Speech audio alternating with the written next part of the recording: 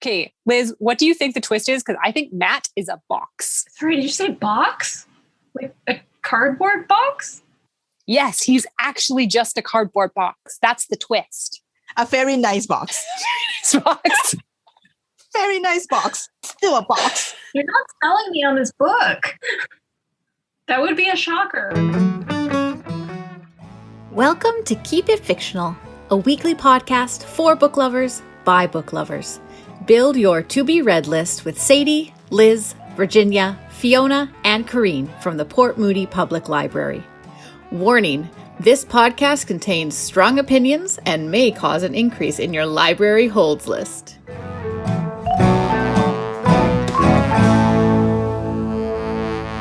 All right, everyone, and welcome to Keep It Fictional, the podcast by book lovers, for book lovers, about book lovers, to book lovers, adjacent to book lovers, in any direction. It's for those lovers of books.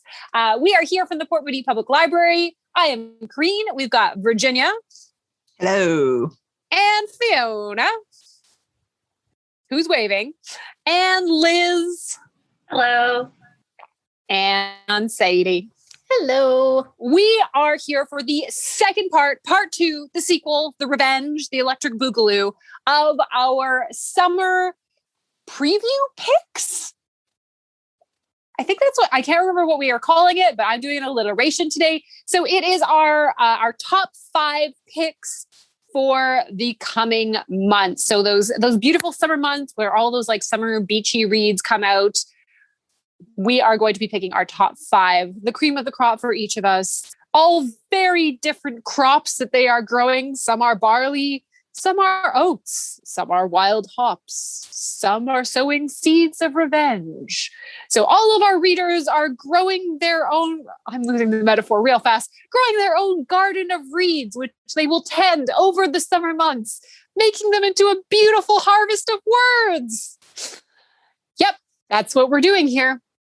Or to speak a little bit more plainly, is that we are going to be choosing our top 5 reads coming out. And this is the second part of it. So we're each going to talk about 2 books. But wasn't that a lot more boring?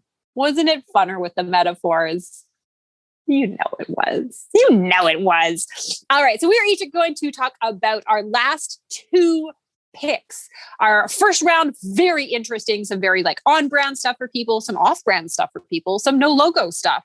So I'm excited to see what is rounding out our top 5s. And we're going to go in reverse alphabetical order. So starting with Virginia. It's interesting that you keep saying the word revenge like 1,000 times. I think it's because you know the book that I'm going to pick, or you have picked for me because I'm still deciding which book to talk about, is a revenge story. So this is The 1,000 Crimes of Ming by Tom Lin. This is a debut novel, and it is a Western featuring a Chinese assassin on a revenge story. Perfect, I think, for people who love Kill Bill, who love John Wick. I don't know what else you need me to say about that. I think it sounds amazing. Anyway, so this is a story of Ming, who is an orphan and he has been trained to be an assassin. He fell in love with a white woman named Ada, and they decide to elope. But of course, Ada's father is not liking that at all. So he went to hunt them down, beat him up, took her away, and sentenced him to go work at the labor camp for the Central Pacific Railroad. So now Ming is trying to find his way back to the people that were responsible for taking away his wife and to exact his revenge. Along the way, he's going to team up with a prophet, someone who could tell the future. Like every time before he goes on a thing, he will ask, is this the day I'm going to die? And the prophet will say, no, it's not your time yet. And he'll go do whatever he does. He also team up with a group of traveling performers who all have some weird supernatural powers. So there's definitely a little bit of magical realism also involved in this Western story.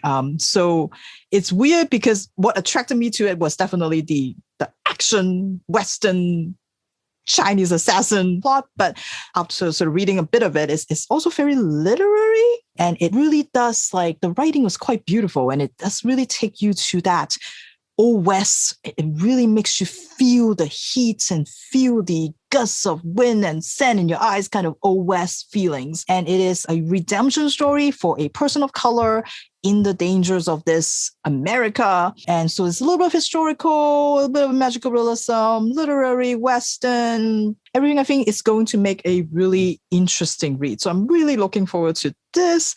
It is The Thousand Crimes of Ming by Tom Lin. Looks rad. So is it a fantasy book or is it more literary? Magical realism. I'm going to go with that. Yeah, I know our feelings about that. Go back to that episode and find out about feelings about what magical realism is. But I think it's definitely that, because it's set very much, it's not a fantasy. I definitely wouldn't say so, but they do have weird powers. Okay, speaking of weird powers, Sadie, what is your next book? I'm actually not going to be talking about a fantasy. I know. I'm sorry.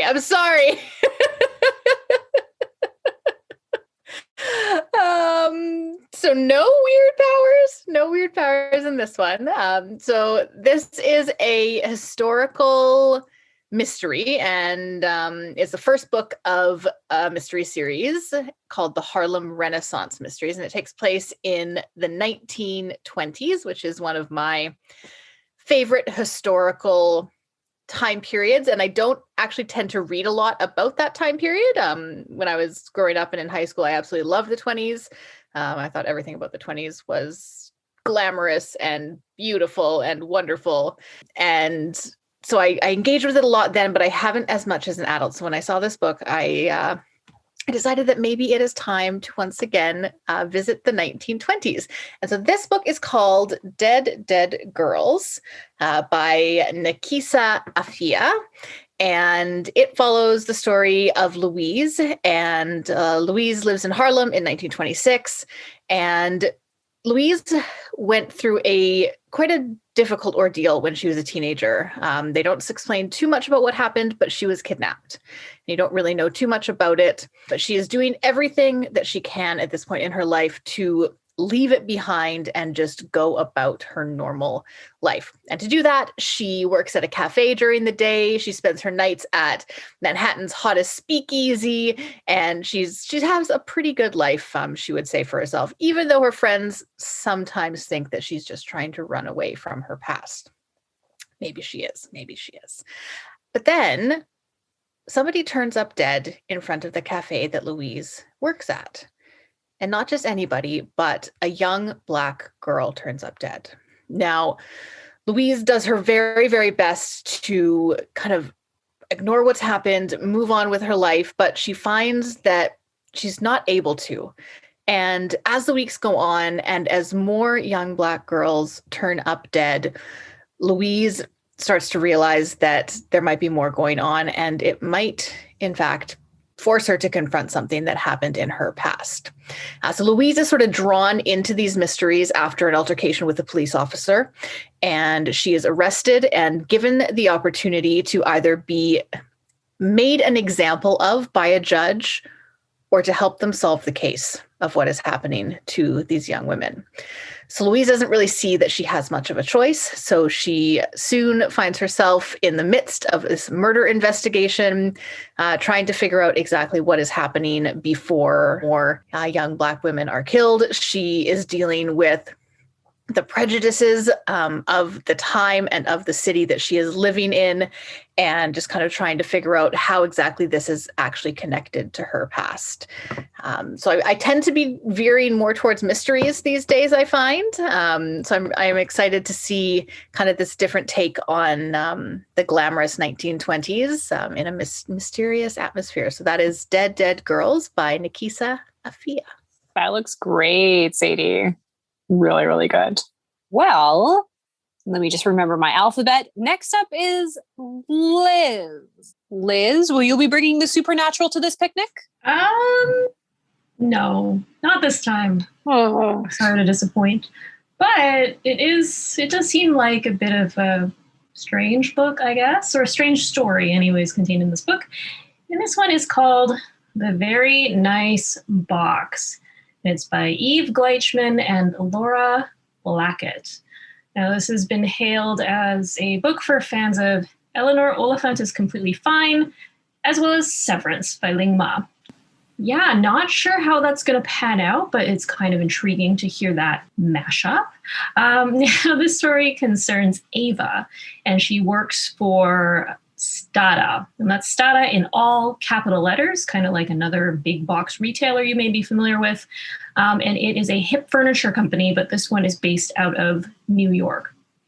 Now, Ava is heartbroken. She has been for quite some time. Her girlfriend died unexpectedly, and so Ava now pours herself into her work and doesn't think about having another relationship.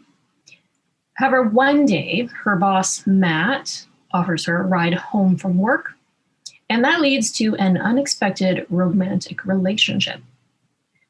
Now, unfortunately, Ava ignores any red flags or any hesitation that she has about entering into this relationship. And she soon finds out that Matt isn't quite who he claims to be. Publisher calls this a funny, suspenseful debut with a shocking twist. So I am very excited to read this book because that is kind of up my alley. So if there is no shocking twist, or if it's not shocking enough, I will be severely disappointed because this book is one of the ones that kind of fell into my lap and I'm kind of jazzed about it. So I might actually read this one. I probably will. So hopefully we get that twist ending we've been promised. The Very Nice Box by Eve Gleichman and Laura Blackett. Liz, does this mean that you're not going to read any of the other books that you have just talked about? Okay, I guess I got to explain that. So, we all have our to-be-read list, right? And we'll put books on that list because at the time they sound very, very good, or what we feel like reading at the moment. But, come May, June, July, August, when all of these books are coming out, I might not quite feel the same, or they might kind of get bumped. I see Fiona nodding her head. Come on. Yes. Like they may get bumped. Yeah, Sadie, you're with me, right? So, right now they're right up there. But okay, that being said, I feel like this particular most anticipated list, I'm actually excited about this season. I had too many books to choose from, so that is a good sign. It's a good book here. I feel like we've been living a lie. I was going to say that. I don't know which list to trust now. The list of 5 minutes ago telling me how exciting this book is, or the list that just confessed that she may not even read this book. Present day Liz is saying, yeah, I want to read this book. Liz of July when this book comes out. Maybe I'm too busy eating ice cream in the park. I don't know. Maybe I'd rather do that at that time. We'll see. July Liz is a bit of a snake. I think you should all go back to our last time that we did this and the ones that we wanted to read and see how many you've actually read. I read all of them. I read all 5. Yeah, I was going to say Virginia's really good about actually doing that, but I am not. Okay, that's fair. I have to be fair as well. Maybe I will go back and see what books I recommended because I have no memory of it. None. I'm sure they were great. All right. Maybe we'll do like a check-in episode at some point down the line of a book that we recommended in one of these to see if it was actually good or not. Hopefully good. Okay, Liz, what do you think the twist is? Because I think Matt is a box. Sorry, did you say box? Like a cardboard box? Yes, he's actually just a cardboard box. That's the twist. A very nice box. Very nice box. Still a box. You're not selling me on this book. That would be a shocker. Well, there you go. What could be more shocking? What could be more shocking? He's a very nice box. I want a good shocking twist. Not just I don't think that was good. That was pretty good. See, maybe this is why I don't read things 3 months down the road. I hear stuff like this. Moving on. Moving on. Thank you. Thanks, Liz. That's really given us something to chew on. All right, Fiona, take us away. All right. So I have chosen for these two like not super Fiona books. I have 3 that were like ones that, were authors I knew and was really looking forward to. I still know these authors, but they just seem less kind of Fiona-y books. So my first book is a sequel. It is The Hidden Palace. This is a sequel to The Golem and the Genie by Helene Wecker. And that actually came out quite a while ago. So it's exciting that she has finally come out with a sequel. So the reason it's not something I would normally read is because it's a really big book. It's very long. And I did listen to it as an audiobook, and it was super soothing and lovely. So I will be waiting for the audiobook to come out for this one, and hopefully they get the same narrator. But in the first one, The Golem and the Genie, you have, a lot happens because it's such a big book. But there is Ahmed, who is like an all-powerful genie who has been stuck in an urn for hundreds of years, thousands of years maybe, I can't remember.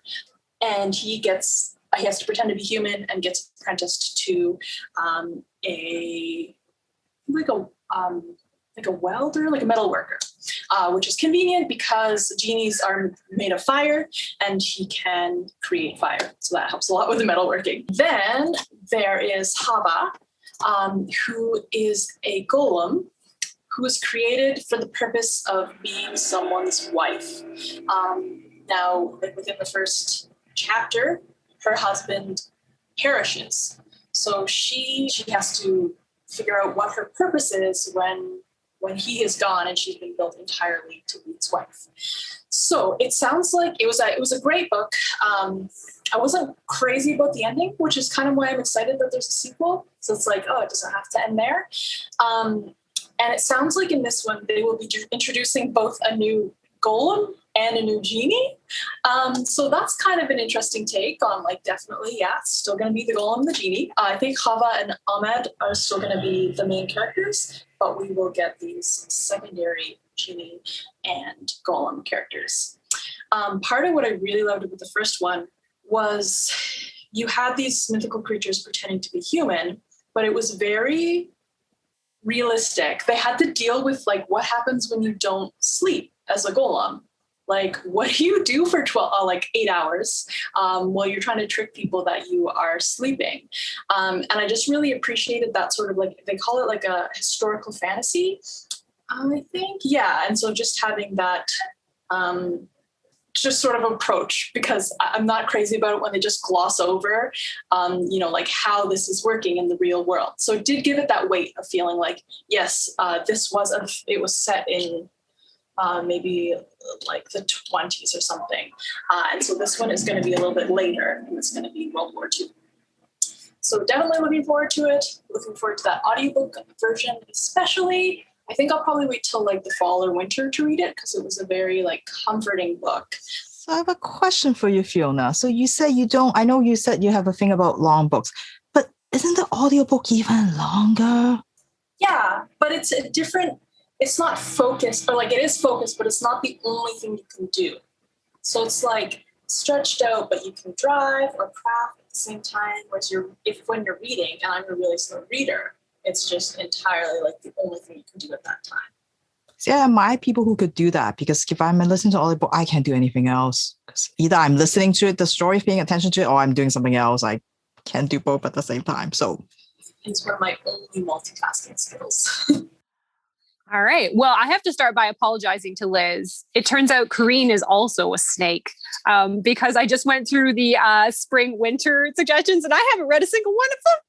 High five, Fiona. High five. So do we still need to listen to you talk about the next book?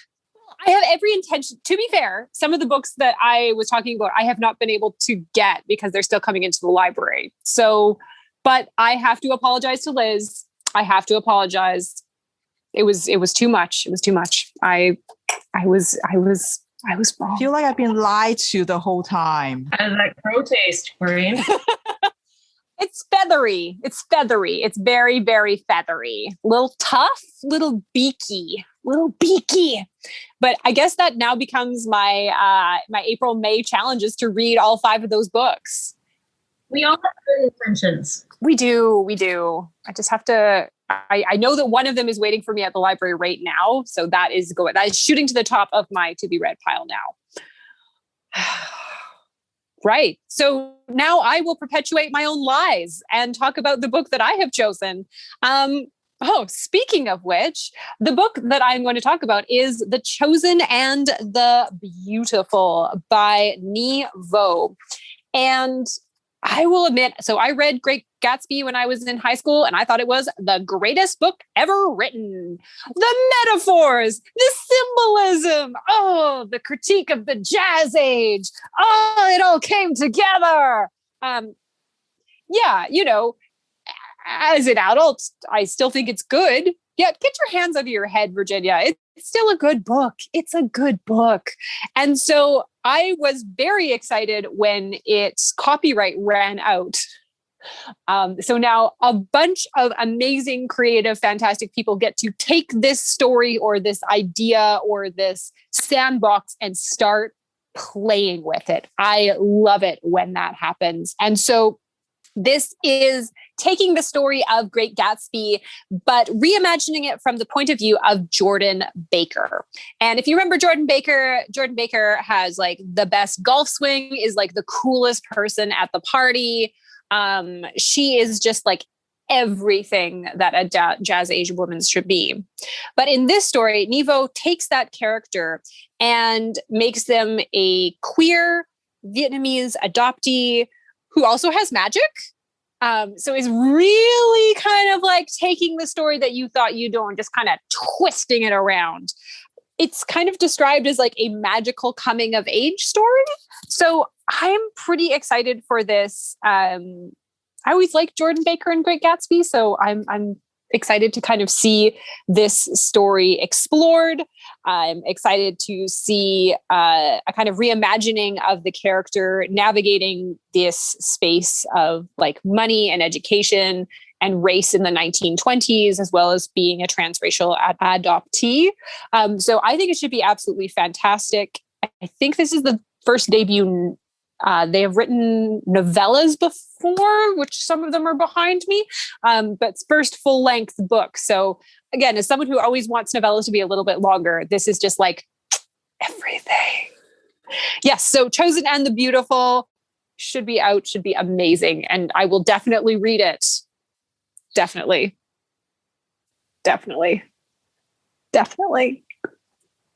All right. Well, since we are only talking about 2 books today, I thought that I would ask a existential. Skill testing are for when you win the lottery.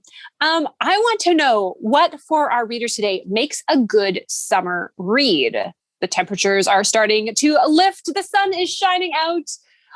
What to you makes a good summer book? Or is there even a difference between your summer books and your winter books or your spring books? Virginia? No difference at all. That was my easy answer. No difference. Whatever book that I feel like reading is the summer book, or the winter book, or the spring book. Yeah. Okay. Okay. Interesting. What about you, Sadie? Pretty much no difference. The one thing I will say is I do sometimes like reading about books that take place in the winter or the fall in the summer, because very unpopular opinion. I realize that I hate the summer. I absolutely hate it. It is the worst season in my opinion. And I know that is not shared by a large number of people, but that is the way that I feel. So if I could read about something that takes place in the fall or the winter and just imagine that I am there instead of having to sit in the heat in the summer, burning my skin and trying to sleep and not being able to because it's too hot, then I will do that sometimes. But otherwise, there's no difference. Yes. Thank you, Virginia. It's nice that every season has someone that loves it. Just Spreading that love around, right? Spreading that love around. Mm-hmm. All right. Liz, what about you? Is there like a quintessential summer read for you? I don't know if I gravitate more towards like lighter content in the summertime. I can't really say, but I think a book has to really grab me, maybe even more, has to be even more engrossing over the summer to distract me from outdoor things or feeling guilty about reading while it's daylight out. There's so much daylight at that time. So has to be super, super compelling that makes me want to basically binge read the book. I miss those days as a kid, just binge reading books and having snacks and just enjoying life. Like that is, what more do you want? Do you find that your reading habits change in the summer versus other seasons? I don't know about that. Probably tapers off a little bit, but I try not to let it. Ask me in a few months. We'll check back in. Fiona, what about you? What for you is like, is there a summer read? Is a summer read just a construction of the market? No, I absolutely endorse the idea of the summer read. I'm a totally seasonal reader. I like to read about summer and spring. I like to read lighter, airier stuff. Just like, oh, this is just so fun and juicy. Probably, yeah, some like more graphic novels that are like not memoir graphic novels, like, quick fun reads that I don't have to think too much about. Which side are you on?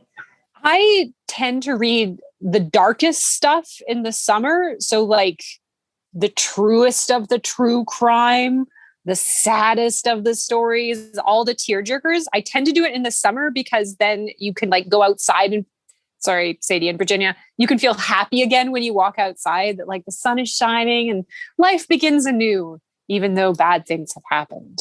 And again, like your tears tend to dry a lot faster in the summer than they do in the winter.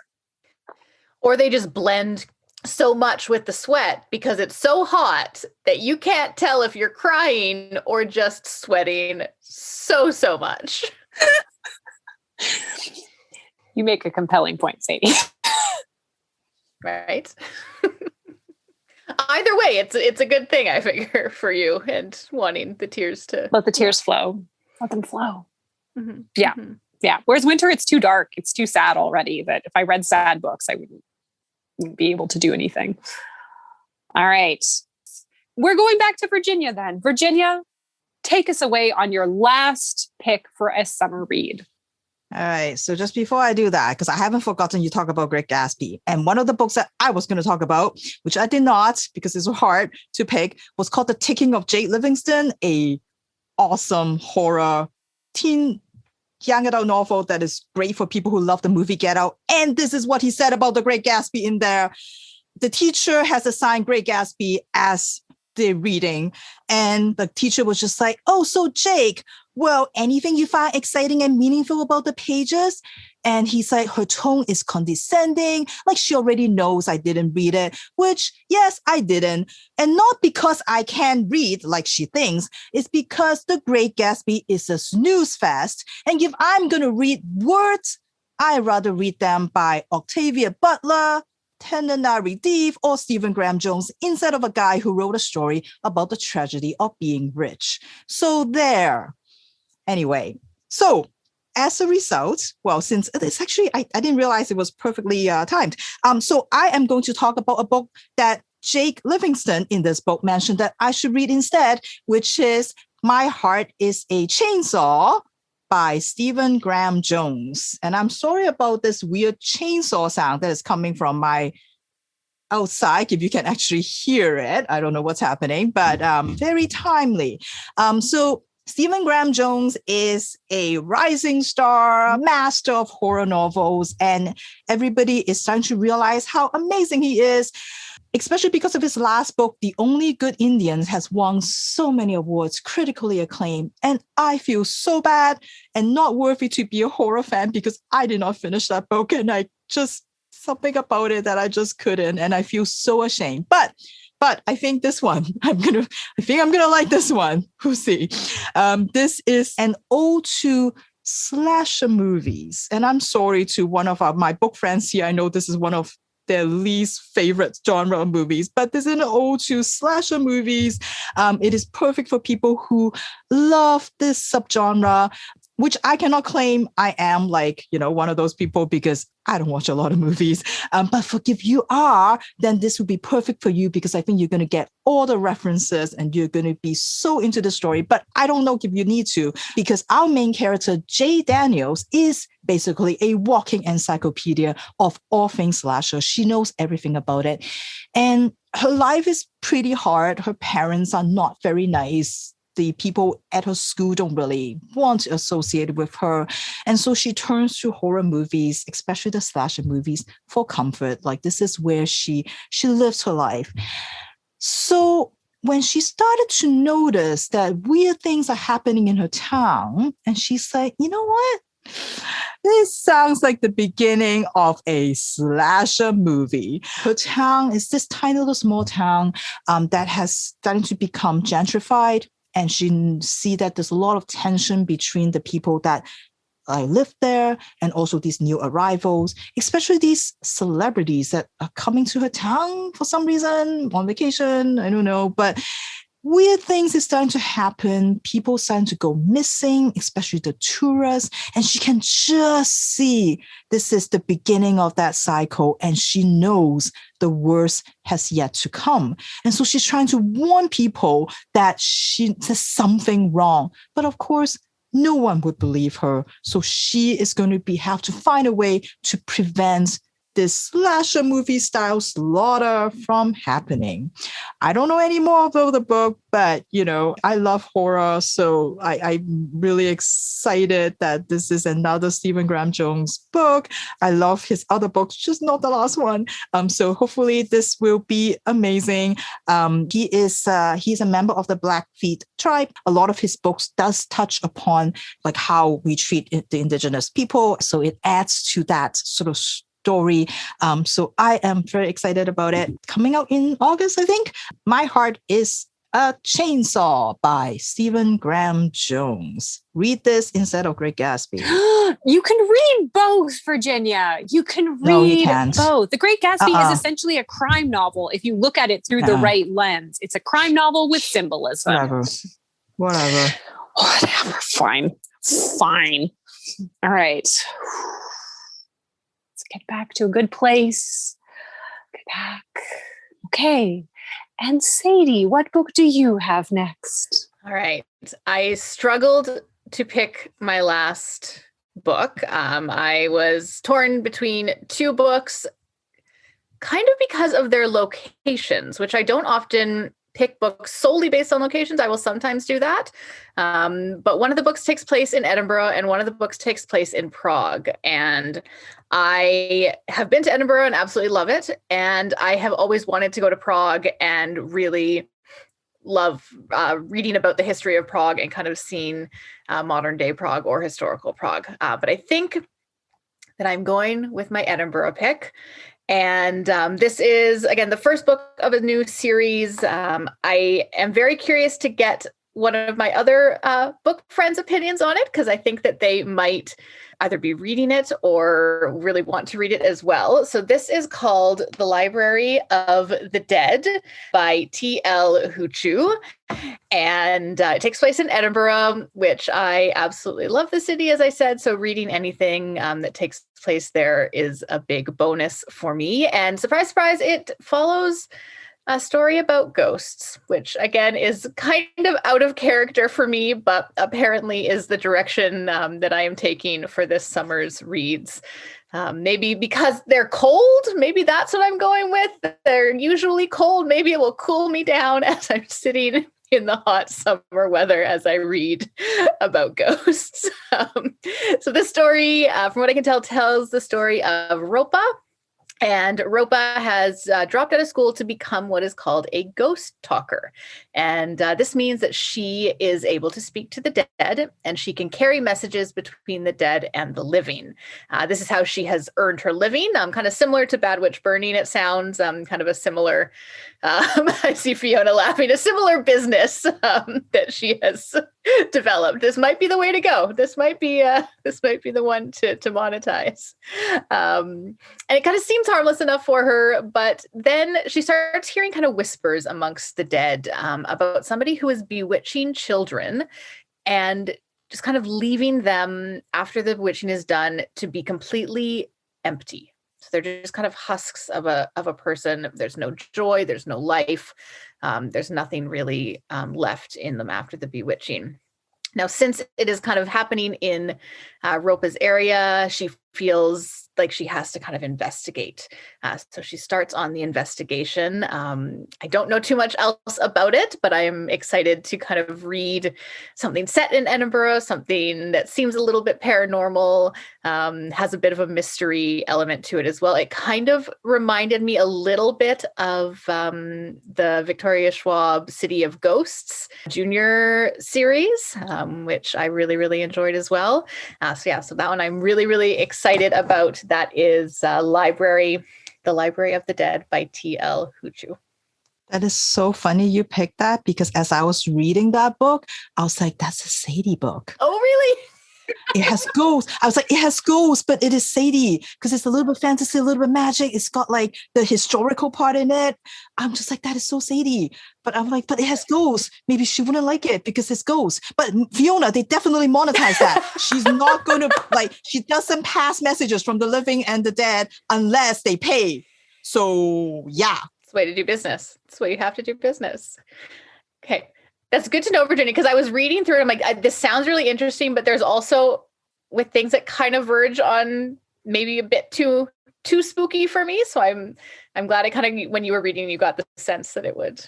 Yeah. And I also feel like the ghosts, because they feel like just another group of people. Like they're not like scary ghosts. Okay. I feel like, I don't know. At least I haven't got to the scary part yet. Maybe there is. But Fair enough. All right. I'm really excited. I'm more excited even now. That's awesome. Thank you, Sadie. All right, Liz, what is your final pick for the summer? Okay, this was a tough one. I also struggled, like it seems everybody else did, with all the great books coming out over the next several months. But I decided to give my last pick to an upcoming book called Afterparties. And it's by Anthony Veasna So. And he was a Cambodian-American author. This was his debut work. Sadly, he passed away at the end of 2020. He was only 28 years old. But this book has gotten so much buzz that I feel will be a great legacy to him. It's so great to see a Southeast Asian heritage author come out with a work into the mainstream and present stories that come from his own voice.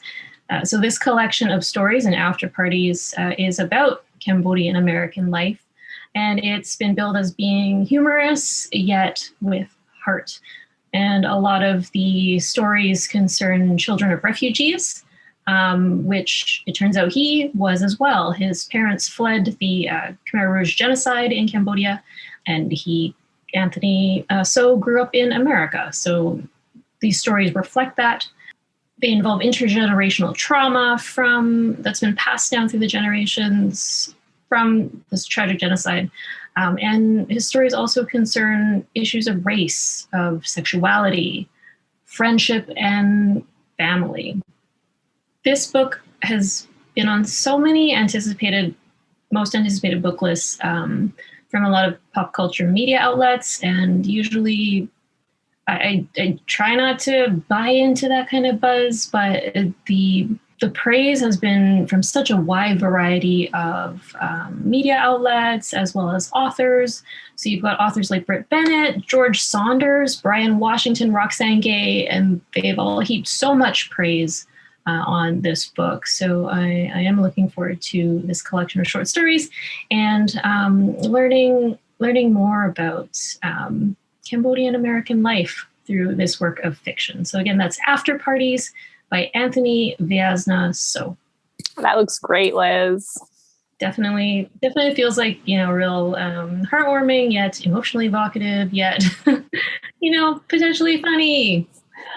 All right. Fiona, what is your last pick? Okay. I both managed to pick something really outside of my usual and repeat an author. So Julie Murphy has been busy, and I have chosen another Julie Murphy book. This one is an adult book. She generally writes for teens, and it is a romance. I don't really read romance, but I do love romance movies. Like, I love chick flicks a lot, like especially ones that are based on books. So I wonder if I can find that fun and comfort in a book. So maybe I'll give it a try with If the Shoe Fits by Julie Murphy. This appears to actually be a retelling of Cinderella, which is like borderline like, oh, that sounds terrible, and like, oh my gosh, what a good like guilty pleasure. Just think of all the wonderful Cinderella remakes there have been. It is about Cindy, who's recently graduated from shoe design school. Not a shoe, I can't remember what you call that. She's going to be a designer for shoes. And she has this great in with her stepmother, who works on a reality TV show. It is called Before Midnight, and it's wildly popular. And it sounds like a little bit of like The Bachelor or something like that.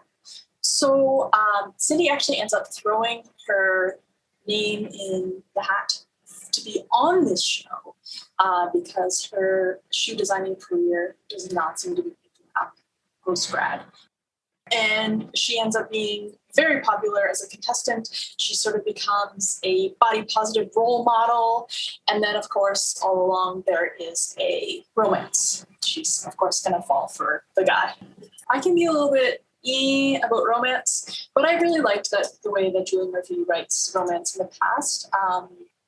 It's not usually super heteronormative, and she writes very iconic lead characters.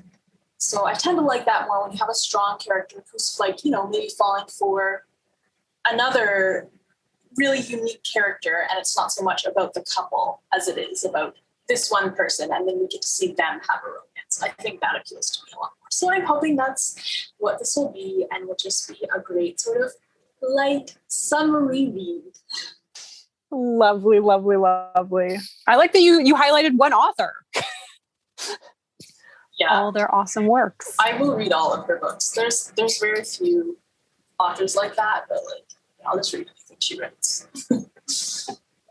And well, actually that nicely segues into mine, which is an author that I will pretty much pick up everything that she touches. This is very much up my alley. It is a noir detective set in the 1970s. It is set in Mexico City, and Maite is a secretary. She's not really interested in the student riots that are happening in the street. She's more interested in her magazine, Secret Romance, talking about all of the forbidden romances and gossip that is going on in the town. However, she does interest herself in the life of Leonora, who is an art student who is kind of involved in the political life there in Mexico City. And so when Leonora goes missing, Maite decides to, put down the magazine and investigate a little bit. However, she is not the only one who is interested in this art student's life. Elvis, who works for kind of like a shadowy crime boss who's in charge of a lot of goon squads who are going after these student protesters, Elvis has been hired by this shadowy figure to also track down Leonora. He is not really a criminal at heart. Like, he does some crime, but really what he's interested in is old movies and old music. And as he kind of investigates this case, he notices Maite also investigating, and they are kind of on a collision course to uncover the bigger secrets happening during this time. This is the newest book by Silvia Moreno-Garcia, and it is Velvet Was the Night. It looks to be a fantastic noir crime historical by the author of Mexican Gothic, which I really loved and made me think very differently about a lot of mushrooms. So I am super, super looking forward to this new thing. I love that this author is like taking a bunch from a bunch of different genres and just nailing it every time. I love how on her Goodread post, she's like, this is not a science fiction. This is not a fantasy. This is not a horror. Please do not tag this book with that. Like she was very emphatic about that because she was just like, no, this is different. So if you only know me from Mexican Gothic, this is not it. And it was funny how she's just so passionate about that. She just wants us to be prepared. And I am ready for this. Mysterious disappearing, student protests, political stuff. Perfect. And magazines. No mushrooms. No mushrooms. Well, those were our top 5 picks for summer reads, as well as our summer reading feelings or lack thereof. We hope that you have found, at least in the 25 titles that we have recognized, maybe one that kind of speaks to you. Let us know in the comments, and we'd be happy to share maybe some more that we didn't quite make it to our top 5, but you might like as well. So thank you so much for listening / viewing, everyone, and have some fantastic summer reading. Bye-bye. Thank you for listening. If you like our show, please tell a fellow book lover about it. You can find a list of all the books we discussed in our show notes. Join us next week for another fun book chat. Until then, keep it fictional.